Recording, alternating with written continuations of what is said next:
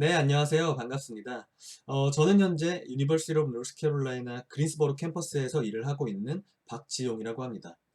이렇게 온라인상에서 만나 뵙게 되어서 진심으로 반갑습니다.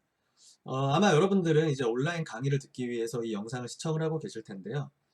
저는 오늘부터 코로나19의 사회과학이라는 주제의 온라인 강의를 시작을 해보고자 합니다.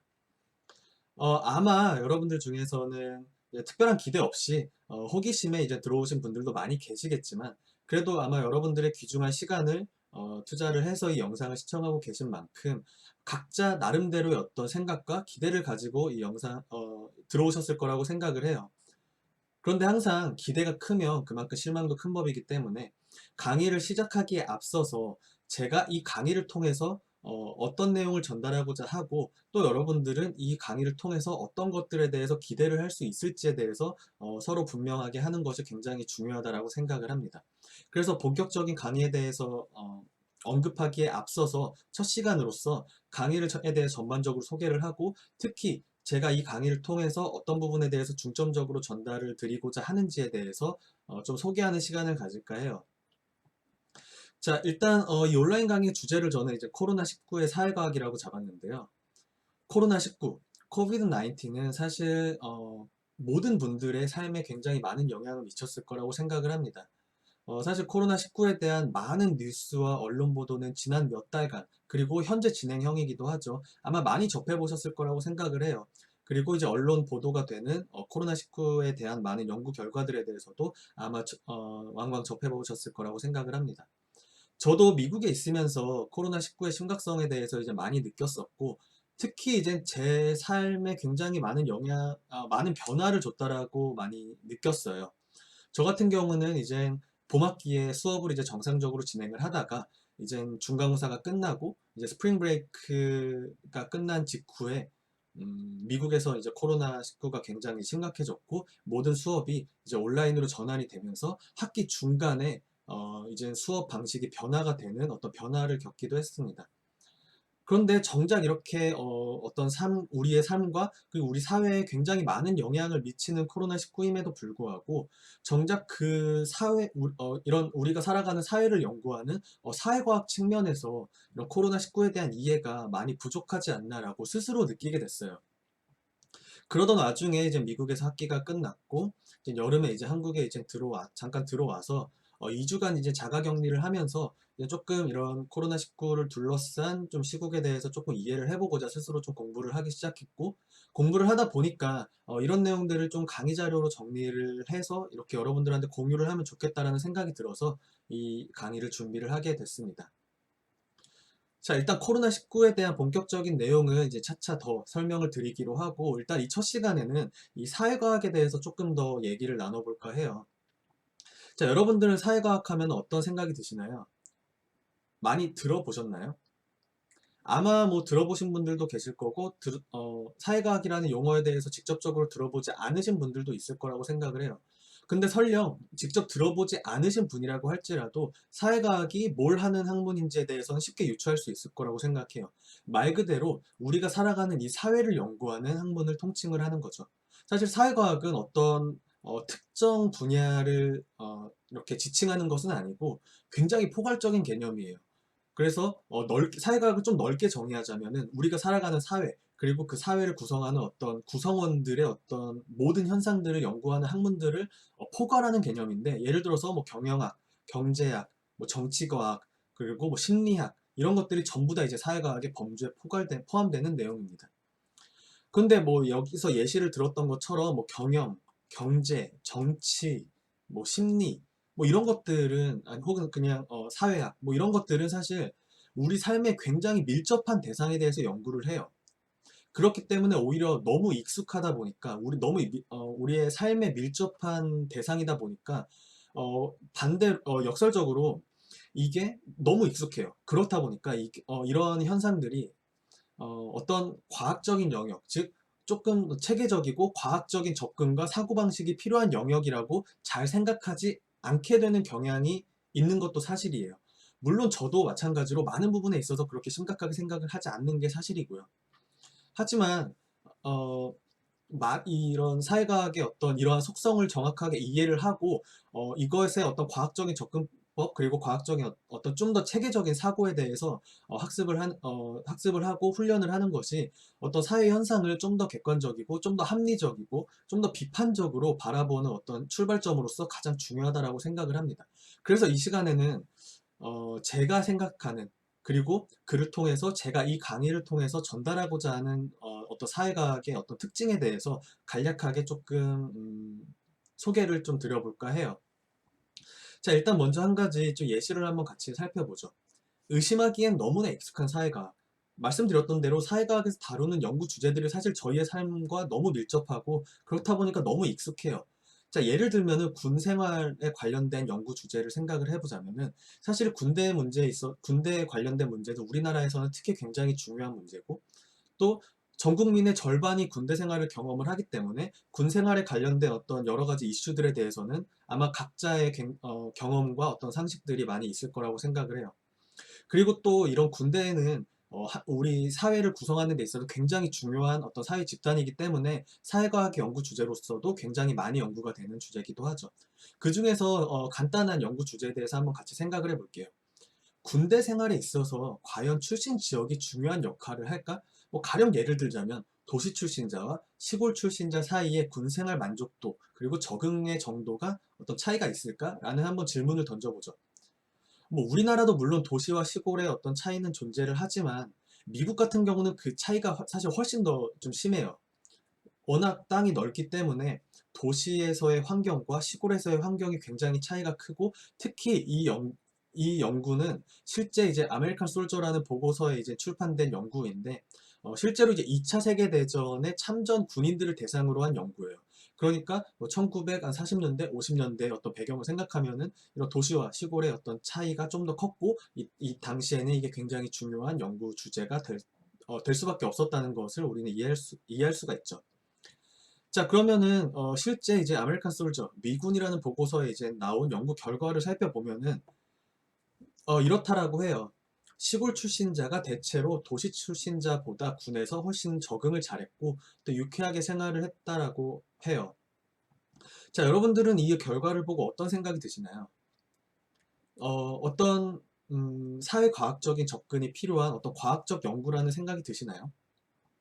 실제로 이 아메리칸 솔저라는 이 보고서에 출판된 이 연구는 제가 기억하기로는 아마 60만 명 이상의 2차 세계대전 참전 군인들에 대해서 직접 인터뷰하고 서베이를 함으로써 얻어낸 데이터를 바탕으로 낸 결과예요.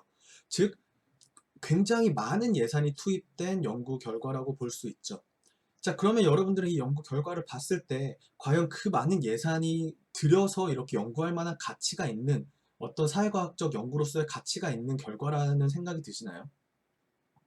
뭐 그러신 분들도 있고 안 그러신 분들도 있을 거라고 생각을 해요. 아마 혹자는 이렇게 생각할지도 모르죠. 아, 그거야 당연한 일이지. 1940년대의 시골 남자는 도시 남자에 비해서 더 혹독한 생활 조건이나 힘든 육체 노동에 더 익숙했을 테니까 말이야. 그건 뭐 생각만 해도 충분히 알 수 있는 일이지. 라고 말이죠. 한마디로, 뭐 그건 상식적인 거 아닌가? 뭐 좀만 생각해봐도 너무 당연한 거 아닌가? 라는 생각을 하시는 분들도 분명 있을 거라고 생각을 해요. 근데 사실은 제가 이제 이 실제 연구 결과를 반대로 말씀을 드렸어요. 실제 이 보고서에 나온 연구 결과는 반대로 도시 출신자들이 시골 출신자들에 비해서 군대에서 훨씬 더 적응을 잘했고 유쾌하게 생활을 했다라고 해요. 자, 이 결과를 봤을 때 여러분들은 이 실제 결과가 더 합리적이라고 느끼시나요? 아니면은 반대의 결과가 더 합리적이라고 느끼시나요? 이 실제 연구 결과에 대해서도 혹자는 이렇게 생각할지도 몰라요. 아, 그거야 당연한 일이지. 복잡한 환경에다 명령 계통과 엄격한 복장 기준을 지키고 어떤 사회적인 어떤 예의 범절을 갖춰야 하는 군이라는 집단 내에서 생활하는 것은 당연히 시골 출신자보다 도시 출신자에게 훨씬 더 익숙하니까 뭐 그거야 뻔한 결과지 라고 말이죠. 즉 이것도 뭐 상식적으로 생각해보면 당연한 거 아닌가? 라는 생각을 하게 되는 거예요. 사실 이 외에도 이 보고서에는 다양한 연구 결과들이 이제 포함이 되어 있어요. 그 중에서 대표적으로 5개를 살펴보자면 고학력자들이 저학력자들에 비해서 어떤 우울증이나 아니면은 뭐 외상성 스트레스 장애와 같은 신경정신학적 증상을 더 많이 겪었다. 그리고 좀 더 상대적으로 더운 남부 출신의 군인들이 북부 출신자들에 비해서 피지와 같은 태평양에서의 어떤 무더위에 더 잘 견뎠다. 백인들이 흑인들보다 승진에 대한 욕구가 더 강했다. 그리고 남부 출신 흑인 군인들은 북부 출신 백인 간부보다 남부 출신 백인 간부를 더 선호했다. 그리고 독일이 항복해서 이제 전쟁이 끝났을 때보다 전쟁이 지속되고 있는 과정에 군인들이 조국에 돌아가고자 하는 열망이 컸다라는 결과죠. 자, 이런 결과들은 아까 말씀드렸던 대로 60만 명 이상의 실제 참전 군인들을 대상으로 한 대규모의 연구조사였고 많은 예산이 투입된 연구였어요. 그리고 이 데이터를 대상으로 이 향후에 수많은 사회과학적 파생 연구들을 도출한 굉장히 중요한 의미를 가지는 연구 중에 하나로 기록이 되고 있어요. 자, 여러분들은 그러면은 이 연구 결과들 보시면서 어떤 생각이 드시나요? 굳이 그거를 그렇게 많은 예산, 저는 정확하게 모르겠지만 뭐 수억 혹은 수십억의 예산이 들어갈 수도 있는 이런 연구가 과연 이런 결론을 내기 위해서 필요했을까? 라는 생각이 들 수도 있어요. 뭐 어쩌면 이런 거는 상식적으로 생각할 수 있는 문제 아닌가라는 생각이 들 수도 있죠. 당연히 고학력자들이 저학력자들에 비해서 좀 더 강압적이고 좀 위계 질서가 강한 그런 군 생활에서 좀 더 적응하기가 힘들었을 거고, 너무도 당연히 더운 지방에서 온 사람들이 더위에 더 잘 견뎠을 거고, 그리고 당연히 상식적으로 생각했을 때 전쟁 중에 많은 군인들이 조국에 돌아가고 싶어하는 열망이 크지 않았을까? 이런 거는 당연히 어떤 상식적으로 생각해보면 당연한 결과라고 생각을 할 수도 있어요. 하지만 아까 말씀드렸던 대로 사실 이 연구 결과들도 제가 실제 연구 결과들을 정반대로 서술을 한 거예요. 실제 연구를 한 결과 저학력자들이 고학력자들에 비해서 또 우울증 같은 이런 신경정신학적 증상에 더 많이 시달렸고, 오히려 좀 더 더운 지역인 남부 지역에서 온 군인들이 무더위에 훨씬 더 적응하지 못해서 문제를 많이 일으켰다라고 해요. 그리고 특히 의외로 전쟁이 계속되고 있을 때 군인들은 어떤 좀 전쟁에 몰입된 나머지 조국에 돌아가고 싶은 생각이 별로 없었다라고 해요. 연구 결과. 자, 이런 반대 연구 결과를 봤을 때 우리는 조금 의심을 해볼 수가 있어요. 똑같은 현상에 대해서 정반대의 어떤 결론을 접했을 때 어느 하나 이상하지 않고 어떻게 보면은 조금 상식선에서 당연해 보일 수도 있는 결과를 우리는 항상 마주하게 되죠. 사실 이러한 것들을 이제 보고 이러한 것들을 정리를 해서 주장을 한 이제 콜롬비아 대학교의 이제 폴 라자스펠트 교수는 이런 얘기를 했어요. 어떤 연구 결과를 먼저 보여줬어도 사실 독자들은 뻔한 결과라고 생각했을 것이다. 모든 답과 그 반대 내용이 동시에 똑같이 명백해 보인다면은 그 명백하다는 주장에는 뭔가 문제가 있다라고 말이죠. 사실 이거는 굉장히 우리가 이 뭐 사회과학 문제에서 많이 접할 수 있는 문제예요. 사회과학 연구를 들여다보면은 실제로 같은 현상임에도 불구하고 정반대의 결론을 내는 연구들을 굉장히 빈번하게 볼 수 있어요. 꼭 사회과학 연구에 국한하지 않더라도 우리는 뭐 사회 문제 혹은 사회 현상에 있어서 굉장히 대립된 시선에 대해서 너무 많이 접할 수 있죠. 사실 뭐 최근에 우리나라나 뭐 미국도 마찬가지지만 현대 사회는 좀 분열의 사회라고 부를 수 있을 만큼 극심한 분열에서 오는 어떤 혼란과 그런 것들을 많이 경험을 하고 있죠. 자, 그러면은 정말 똑같은 현상에 대해서 거의 소통이 불가능할 정도의 정반대의 주장을 하는 어떤 이런 사람들과 이런 현상들을 봤을 때 우리는 그런 것들을 어떻게 받아들여야 될까요? 그것을 단순하게 그냥 극단주의자들의 어떤 고집과 아집으로 그냥 치부하고 무시를 하면 되는 걸까요? 사실 저는 그렇다고 생각을 하지 않아요. 왜냐하면 물론 그런 극단주의자들도 분명히 있겠지만 극단주의자들을 제외하고 나서라도 많은 현상에 대해서 이렇게 반대되는, 또 같은 현상에 대해서 반대되는 현상은 너무도 자주 접하는 현상이고, 그렇기 때문에 단순하게 무시를 할 수 없는, 어떻게 보면 사회과학에서 굉장히 중요한 이슈라고 생각을 개인적으로는 합니다. 그래서 저는 이런 사회과학의 어떤 속성을 좀 더 명확하게 이해를 하는 것이 어떻게 보면 사회 현상을 좀 더 합리적이고 또 비판적으로 바라볼 수 있는 어떤 그런 출발점이라고 생각을 해요. 그래서 물론 어떤 사회과학이라는 그 폭넓은 어떤 분야를 제가 이 짧은 어떤 영상에서 뭔가를 다 설명드리는 거는 가능하지도 않고, 또 저도 그만한 역량은 되지 않는다는 걸 잘 알기 때문에 제가 뭐 사회과학의 모든 것들에 대해서 포괄을 할 수는 없겠죠. 다만 조금 더 이 강의를 통해서 강조하는 부분에 있어서 제가 개인적으로 생각하는 사회과학의 중요한 특징들에 대해서 몇 가지를 조금 같이 살펴보려고 합니다. 그래서 저는 이 사회과학의 특징, 특히 이러한 어떤 서로 반대되는 주장이 나올 수밖에 없는 이런 사회과학의 특징에 대해서 한 두 가지를 좀 뽑아볼 수 있을 것 같아요. 먼저 첫 번째는 사회과학을 어떤 과학적인 시선으로 바라보는 데서 오는 약간 혼란이라고 저는 생각을 하는데, 우리가 흔히 과학이라고 생각하면은 어떤 진리를 얘기를 해주고 어떤 정답, 법칙, 이론에 대해서 얘기를 해주는 굉장히 객관적이고 보편타당한 어떤 학문이라는 인식이 전반적으로 있어요. 사실 왜 그렇다고 생각을 하냐면, 우리가 과학이라고 얘기를 했을 때는 주로 자연과학 혹은 그거와 밀접한 공학을 주로 생각을 하게 되는 경우가 많아요.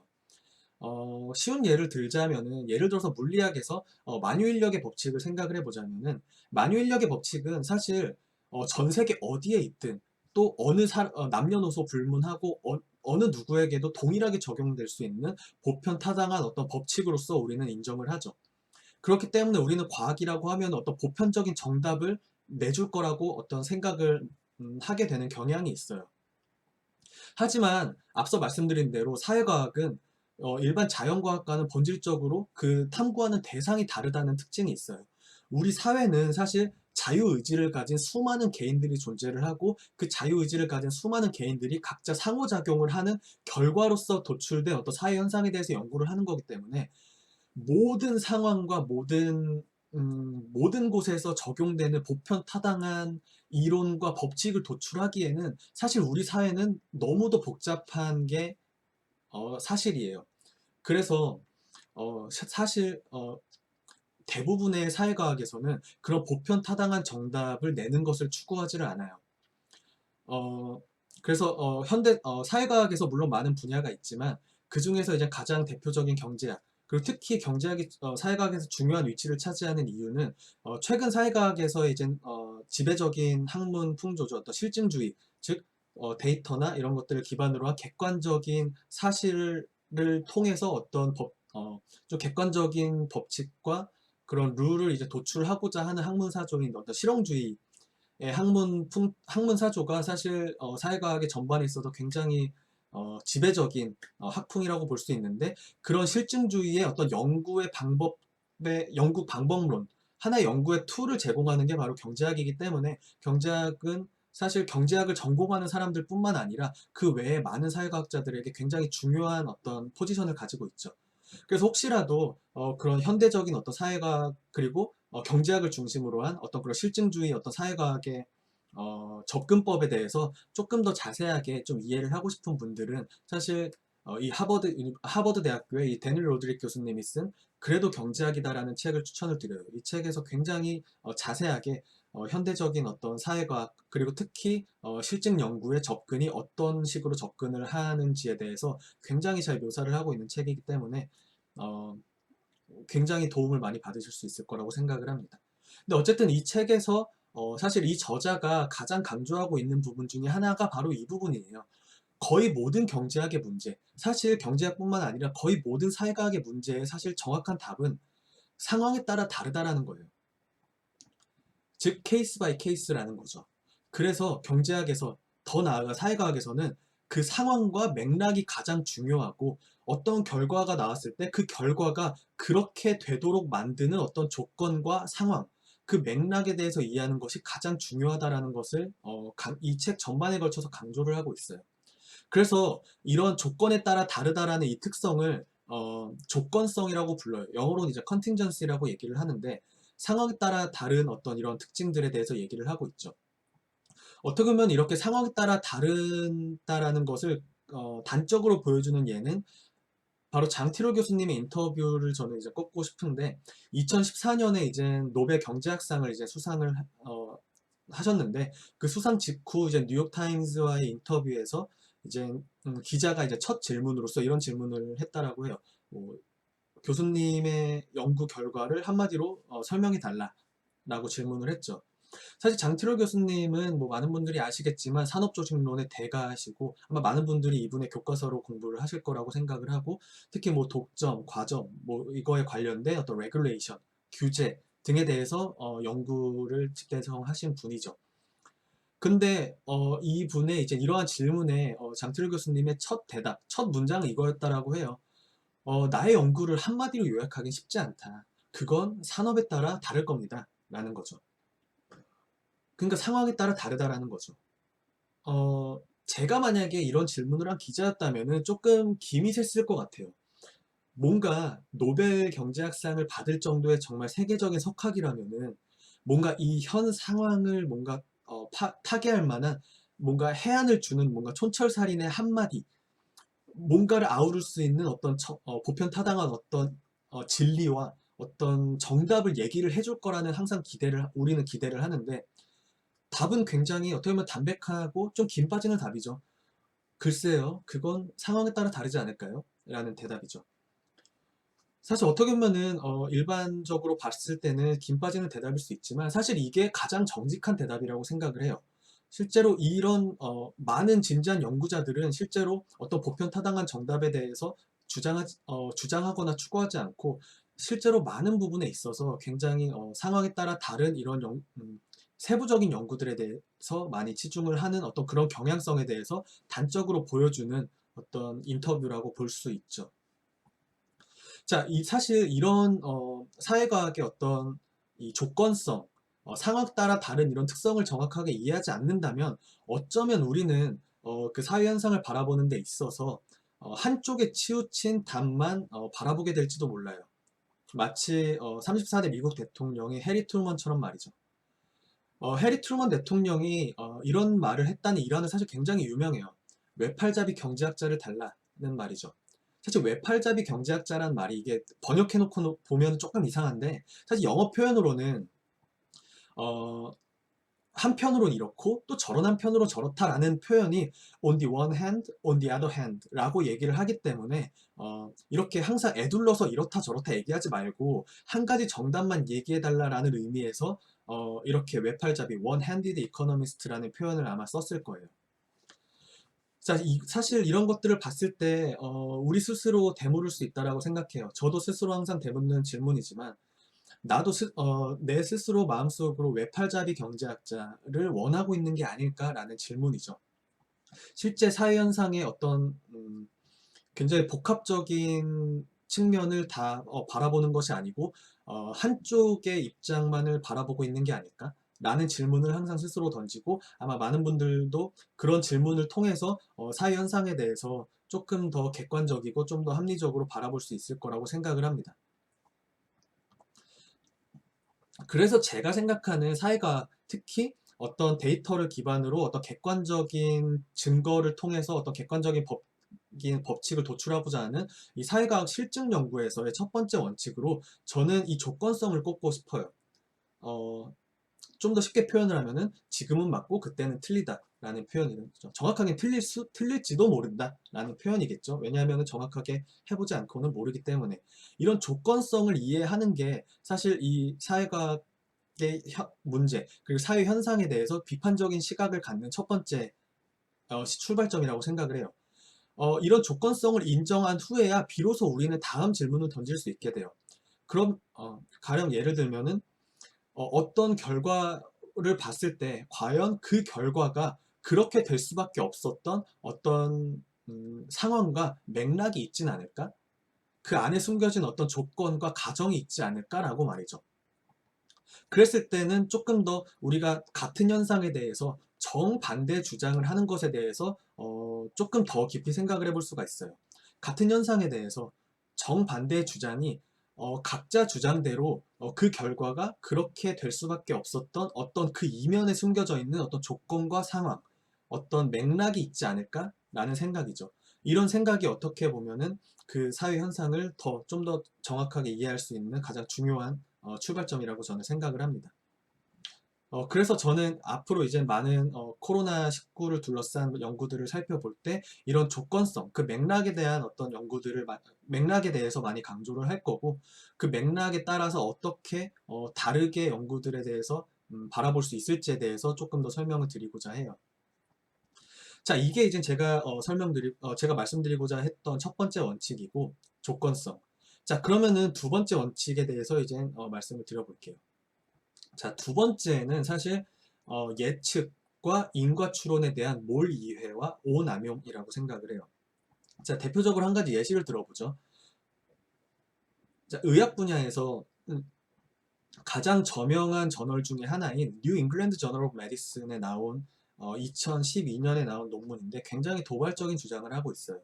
물론 정식 논문이라기보다는 occasional note라는 거는 좀 어떤 좀 저명한 학자의 개인적인 생각을 적은 조금 캐주얼한 비공식적인 느낌의 성향의 논문이기는 해요. 그럼에도 불구하고 어쨌든 굉장히 저명한 저널에 나온 논문이기 때문에 많은 관심을 받았죠. 여기서는 주장은 뭐냐면은 초콜릿을 소비할수록 어떤 인지 능력이 향상이 되고 그로 인해서 노벨상을 수상할 확률이 높아진다라는 주장을 하는 거예요. 자, 오른쪽 표를 보시면은 그 관계가 좀 더 명확한데 X축이 국가별 초콜릿 소비량을 나타내고 Y축이 인구당 노벨상 수상자의 수를 나타내요. 보시면은 거의 직선으로 그을 수 있을 만큼 굉장히 강한 관계를 갖고 있죠. 그쵸? 자, 그랬을 때 과연 우리는 이 초콜릿 소비량과 노벨상의 관계를 어떤 식으로 파악할 수 있을지에 대해서 한번 생각을 해보죠. 자, 두 가지에 대해서 관점으로 생각을 해볼 수가 있어요. 첫 번째로는 초콜릿 소비량이 높을수록 노벨상 수상 확률이 높다라는 거죠. 자, 즉 이것은 사실 인과관계를 내포하지 않아요.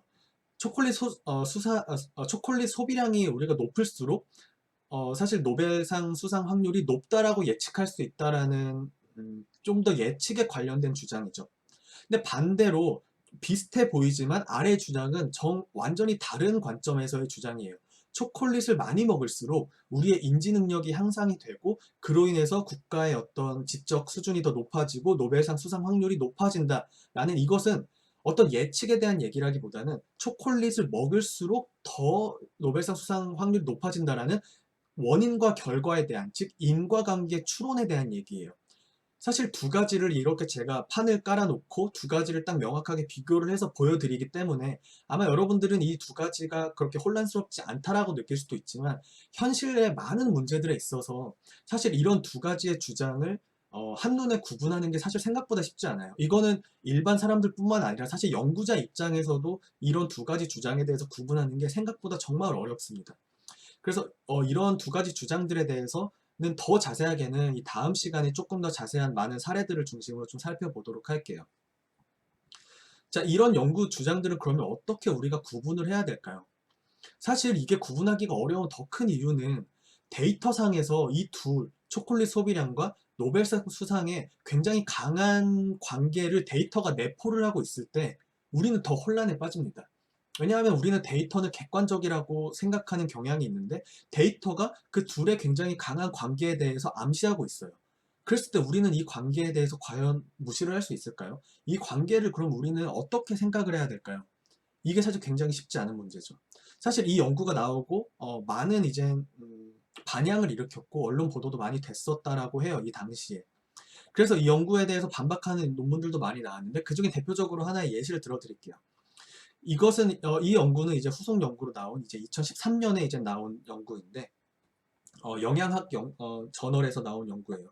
이 연구에서의 주장은 초콜릿 소비가 높아져서 노벨상 수상이 높아진 게 아니다라는 주장이에요. 즉 오른쪽 표를 보시면은 먼저 위에 있는 표는 X축은 GDP, 즉 경제 성장을 얘기를 하고 Y축은 노벨상 수상자를 얘기를 해요. 보시면 아시겠지만 사실 경제 성장이 높아질수록 노벨상 수상자가 평균적으로 많아지죠. 사실 그 이유는 우리는 쉽게 추론해 볼 수 있어요. 당연히 경제가 성장할수록 어떤 과학기술에 대한 투자가 높아지고 또 교육의 수준이 높아지기 때문에 그만큼 국가적인 어떤 지식 수준이 높아지고 그만큼 어떤 과학기술에 대한 투자에서 오는 노벨상에 대한 수상에 대한 확률이 상대적으로 높아지겠죠. 근데 아래를 보시면은 X축은 그대로 경제 성장인데 Y축은 초콜릿 소비예요. 여기서 보시면 아시겠지만 경제 성장률이 높아질수록 인당 초콜릿 소비는 높아지는 것을 볼 수 있어요. 이것도 생각해 보면은 쉽게 추론해 볼 수 있는데, 당연히 경제 성장률이 높아지고 경제적 여력이 많아질수록 좀 더 기호식품에 가까운 초콜릿 소비에 대한 여력이 더 많아지고 초콜릿 소비가 늘어나는 경향에 대해서는 우리는 충분히 이해할 수 있죠. 그래서 이런 두 가지의 결과를 놓고 봤을 때 이 연구 결과에서는 사실 초콜릿 소비가 높아져서 노벨상 수상이 높아졌다기보다는 경제 성장률이 높아질수록 초콜릿 소비가 높아지는 경향이 있고, 동시에 어떤 과학기술의 투자로 인해서 노벨상 수상도 높아지는 경향이 있어서 이 두 가지의 어떤 결과로 인해서 나오는 우연히 함께 발생하는 결과이고 상관관계일 뿐이다 라는 주장을 하고 있어요. 그래서 실제로 통계적인 분석을 해보면은 뭐 1인당 GDP, 뭐 경제 성장과 같은 이런 여러 가지 요인들을 함께 고려를 하면은 실제로 초콜릿 소비와 노벨상 수상 간의 관계는 통계적인 유의성은 사라진다라는 것을 실제로 보인 연구예요. 그래서 여기 제목에서도 강조를 하고 있는 것처럼 이 상관관계에 대한 확대 해석의 위험성에 대해서 경고를 하고 있어요. 그렇다고 해서 이 상관관계 자체가 의미가 없는 거는 절대로 아니에요. 우리는 이 상관관계는 예측에 있어서는 굉장히 의미가 있을 수가 있어요. 예를 들면은 우리는 이 결과를 바탕으로 했을 때 만약에 어떤 한 국가의 초콜릿 소비량을 안다면은 상대적으로 초콜릿 소비가 높을수록 그 국가가 어떤 과학기술에 대한 투자가 높고 경제 성장이 더 많은 국가라는 것을 유추할 수 있고, 그로 인해서 어느 정도 노벨상 수상자가 상대적으로 더 많을 거라는 것을 예측할 수 있죠. 그쵸. 그래서 이런 상관관계는 분명히 예측에는 매우 도움이 되고, 기본적으로 예측은 이 상관관계에 기반해서 하는 방법론이라고 볼 수 있어요. 하지만 인과관계, 어떤 것이 원인이 돼서 결과를 추론을 하는 이 인과 추론에 있어서는 전혀 다른 문제가 되죠. 그래서 이런 예측과 인과 추론 혹은 상관관계와 인과관계에 대한 몰 이해와 오남용은 사실 굉장히 자주 있는 문제고, 때로는 좀 이 둘을 구분하기가 쉬울 때도 있지만 실제로 많은 문제에 있어서 이 둘을 구분하는 게 굉장히 쉽지 않기 때문에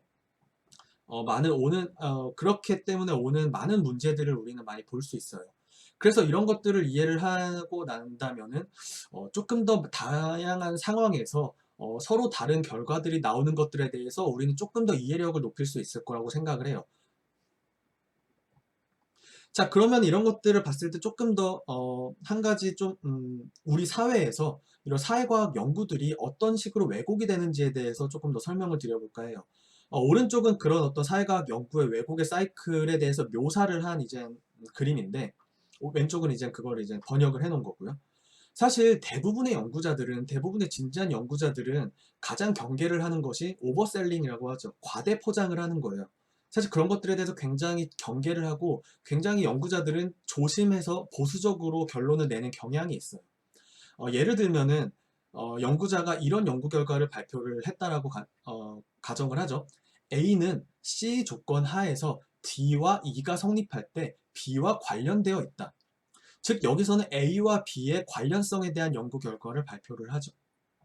여기서 이제 중요한 표현은 관련되어 있다라는 표현이에요. 오른쪽에서 보시면은 영어 표현으로는 이제 correlated 되어 있다라고 하는데, 이것은 어떻게 보면 상관관계에 대한 주장이고 인과관계에 대해서는 전혀 인과관계와는 관련이 없는 표현이죠. 어떻게 보면 인과관계를 밝힐 수 없기 때문에 이 과학자는 correlated 되어 있다라는 표현을 썼을지도 몰라요. 그런데 이제 이 연구 결과를 보고 대학의 이제 홍보팀에서는 이런 보도자료를 내겠죠. A와 B의 잠재적인 연결고리가 밝혀졌다. 그러면 그 보도자료를 보고 이제 기자분들은 이제 이런 식으로 대서특필을 할지도 몰라요. 과학자가 말하기를 A가 B를 야기한다.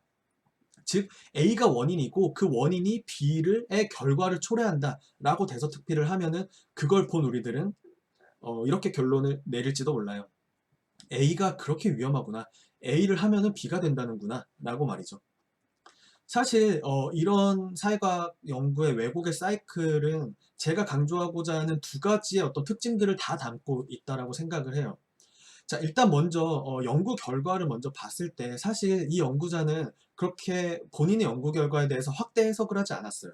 분명히 A가 B와 관련될 수 있는 그런 조건에 대해서 분명하게 명시를 하고 있죠. C 조건하에서 D와 E가 성립할 때라고 말이죠. 사실 이 조건이 성립하지 않으면 A와 B의 관계가 어떻게 될지는 알 수 없는 부분이죠. 그 관계가 없을 수도 있고 혹은 어떤 경우에는 반대가 될 수도 있는 거예요. 이 조건이 달라진다면은. 그게 어쩌면 제가 아까 말씀드렸던 첫 번째 조건, 사회과학의 조건성에 해당하는 부분이죠.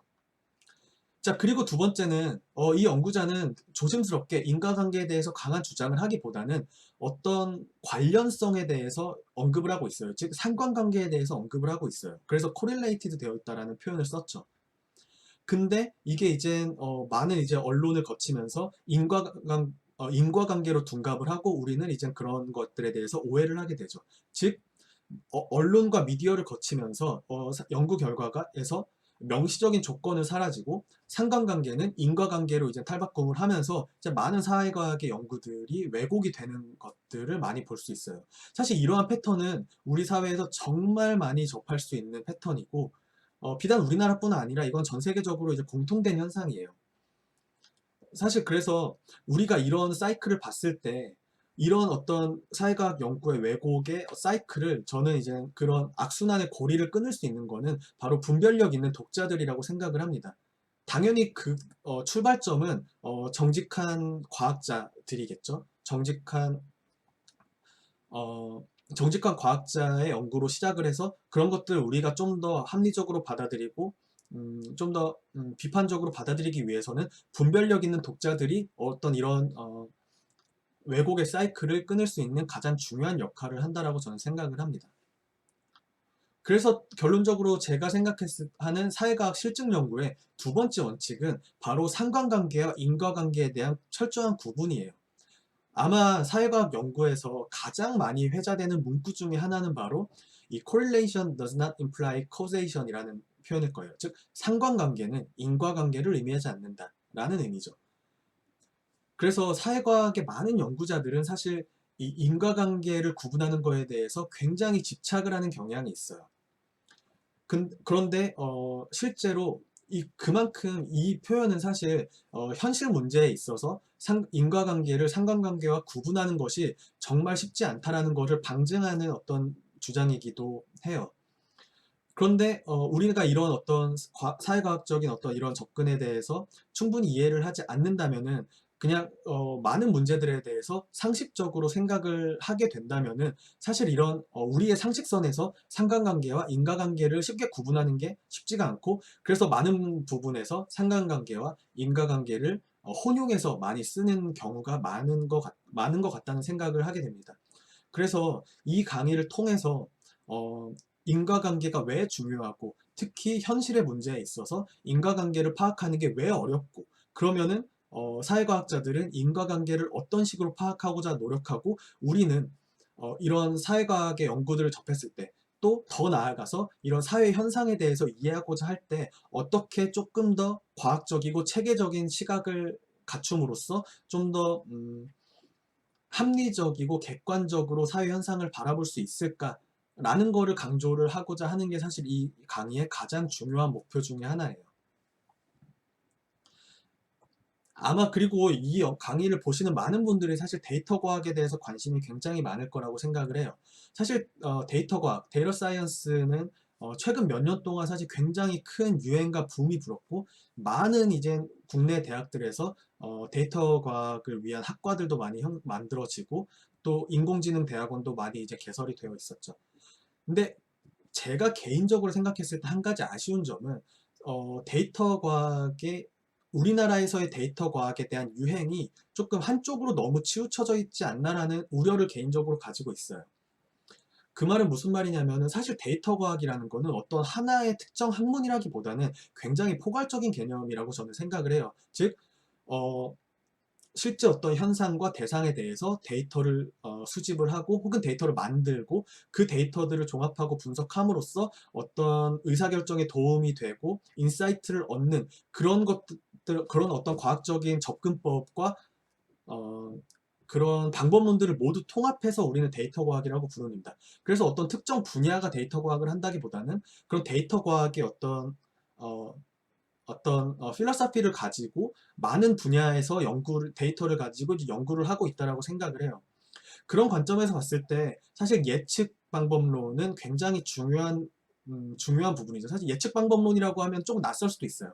그런데 여러분들이 아마 관심을 많이 가지고 계신 머신러닝, 기계학습, 딥러닝 이런 모든 방법들이 근본적으로는 예측을 위한 거예요. 가령 예를 들면은 아마 딥러닝을 공부하는데 뭐 초반에 많이 접하게 되는 예시 중에 하나로 뭐 고양이 사진을 보고 고양이와 강아지를 구분을 한다거나, 즉 그것은 어떤 사진의 데이터를 보고 고양이인지 예측하고 강아지인지 예측하고 해서 구분을 하는 거죠. 그리고 자율주행차를 생각을 해보면은 자율주행 자동차는 어떤 앞에 물체를 보고 그것이 사람인지 아니면 자동차인지 아니면 그냥 지나가는 물체인지를 판단을 하고 그 다음 다음 행동을 결정을 하죠. 즉 머신러닝과 딥러닝, 인공지능 방법론은 대부분 다 예측 방법론에 기반을 해요. 그래서 제가 한쪽으로 좀 어느 정도 데이터 과학에 대한 붐이 한쪽으로 치우쳐 있다라고 말씀을 드린 부분은 거의 대부분의 데이터 과학에 대한 관심이 이 머신러닝에 치중되어 있는 경향이 굉장히 많아요.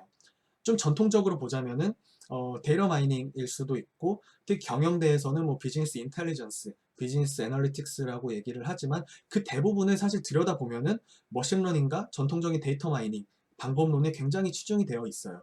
그런 방법론들 사실 굉장히 중요한 역할을 하지만 어떤 그런 예측을 위한 방법론 이외에도 사실 전통적으로 사회과학에서 원인과 결과를 밝혀내고자 하는 인과추론 방법론도 굉장히 중요한 위치를 차지하고 있음에도 불구하고 사실 인과추론 방법론에 대해서는 전공자분들을 제외하고 어떤 데이터 과학에 대한 관심 있는 분들에게는 굉장히 간과되고 있는 것이 사실이라고 생각을 해요. 하지만 제가 생각했을 때, 그리고 많은 분들이 주장을 하는 바는 사실 예측 방법론과 인과 추론 방법론은 서로가 대체적인 관계가 있는 게 아니에요. 서로 머신러닝과 또 그러니까 인과 추론 죄송합니다. 예측 방법론의 대표적인 방법인 머신러닝과 인과 추론 방법론의 대표적인 방법론이 이제 계량 경제학을 봤을 때 서로는 어떤 대체 관계에 있다기보다는 서로 다른 목적을 가지고 사실 서로 상호 보완적으로 어떤 데이터를 분석하는 방법을 제공을 하고 있다고 생각을 해요. 쉽게 말하면은 이런 예측 방법론과 인과 추론 방법론은 데이터 과학을 이끌어가는 쌍끌이 배라고 할 수 있죠. 어느 한쪽만 있어서는 사실 이런 데이터에 대해서 정확히 분석하고 올바른 이해를 가져가기가 쉽지가 않을 거예요. 그래서 사실 예측 방법론, 머신러닝이나 딥러닝에 대해서는 뭐 온라인상에서 굉장히 훌륭한 강의들이 사실 굉장히 많이 있어요. 모두 무료로 들을 수 있는 강의들도 굉장히 많이 있고요. 그래서 여러분들이 어떤 딥러닝이나 머신러닝, 인공지능 방법론에 대해서 좀 더 공부를 하고 싶으신 분들은 사실 이 온라인상에서 많은 자료를 찾을 수 있는데 반해 인과추론 방법론에 대해서는 전공자를 제외한 관심 있는 분들이 조금 더 자료를 찾아보고 공부를 하기에는 마땅한 자료가 없는 실정이라고 생각을 해요. 특히 한국어로 된 자료들은 더 찾기가 힘든 실정이에요.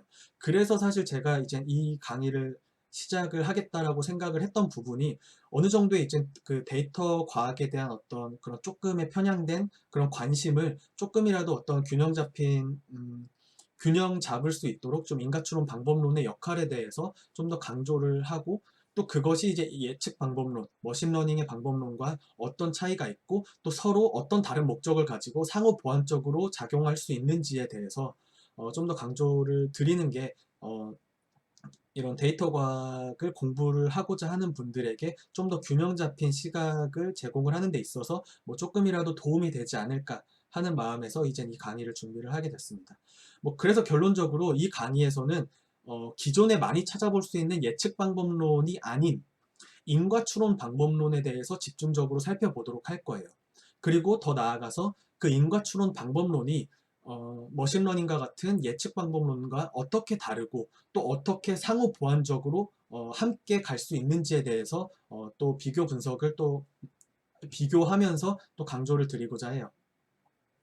그리고 한 가지 아마 여러분들이 더 이제 데이터 과학을 공부를 하시면서 통계에 대해서도 많이 공부를 하실 거라고 생각을 해요. 사실 제가 생각했을 때 물론 이거는 뭐 모든 분들이 다 동의를 하는지는 잘 모르겠지만 제가 개인적으로 생각했을 때 통계는 직접적인 데이터 과학을 위한 툴은 아니라고 생각을 해요. 직접적인 데이터 과학의 툴로서는 사실 뭐 예측을 위한 머신러닝이나 뭐 인과 추론을 위한 계량 경제학은 사실 각자의 목적을 가지고 독립적인 분야로서 발전을 하고 있죠. 그렇다고 해서 통계가 중요하지 않냐? 절대 그렇지 않죠. 사실 머신러닝이나 이 계량 경제는 기본적으로 통계의 이론적 바탕을 두고 있어요. 그래서 저는 이렇게 표현을 하고 싶어요. 이 통계라는 것은 데이터 과학이 떠 있는 그 바다 그 자체라고 생각을 해요. 그 바다가 없다면은 이 쌍끌이 배 자체가 흘러갈 수가 없겠죠. 항해를 할 수가 없겠죠. 그렇죠? 그렇지만 바다만 있다고 우리가 데이터를 모아서 끌고 갈 수 있는 건 아니에요. 그렇기 때문에 이 통계가 사실 뭐 인과 추론을 위해서 반드시 필요한 것은 아니라고 생각을 해요. 하지만 좀 더 대학원생 분들이라든지 연구자분들 같이 좀 더 깊이 있는 데이터 분석에 대한 깊이 있는 이해를 필요로 하는 분들에게는 통계적 이해는 필수라고 볼 수 있죠. 그래서 저는 이 강의를 구성하는데 좀 고민을 많이 했었는데 이 통계에 대한 거, 통계를 설명하고자 하면은 필연적으로 어떤 수식적인 설명을 할 수밖에 없고 그러면은 통계를 접하는 많은 분들은 처음부터 이제 거부감을 갖게 되는 경우가 많은 것 같다는 생각이 들어서 조금 고민을 많이 했습니다. 그래서 이 강의는 두 가지 파트로 이제 나눠서 제공을 할 예정이에요. 그래서 일단 기본적으로는 이 통계적 배경이 없이 또 경제학적 배경이 전혀 없는 상태에서 수식이나 이런 것들을 배제하고 한 상태에서 인과추론 방법론에 대해서 설명을 하고자 할 거예요. 좀 더 개념적으로 이해를 돕기 위해서 설명을 하고자 할 거예요.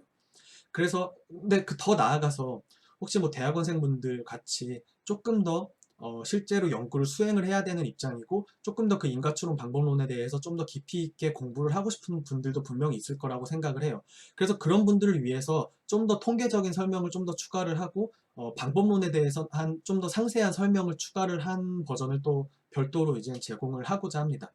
그래서 결론적으로 두 가지 버전이 제공이 될 텐데 아마 이제 연구 결과를 이제 접하고 그리고 또 사회 현상에 대해서 좀 더 해석하고 좀 더 비판적으로 바라보고자 하는 것과 주 목적이라고 한다면은 베이직 버전을 보시는 걸 추천을 드리고 베이직 버전은 이제 통계적인 설명이나 또 상세한 설명을 최대한 배제되어 있는 버전이고요.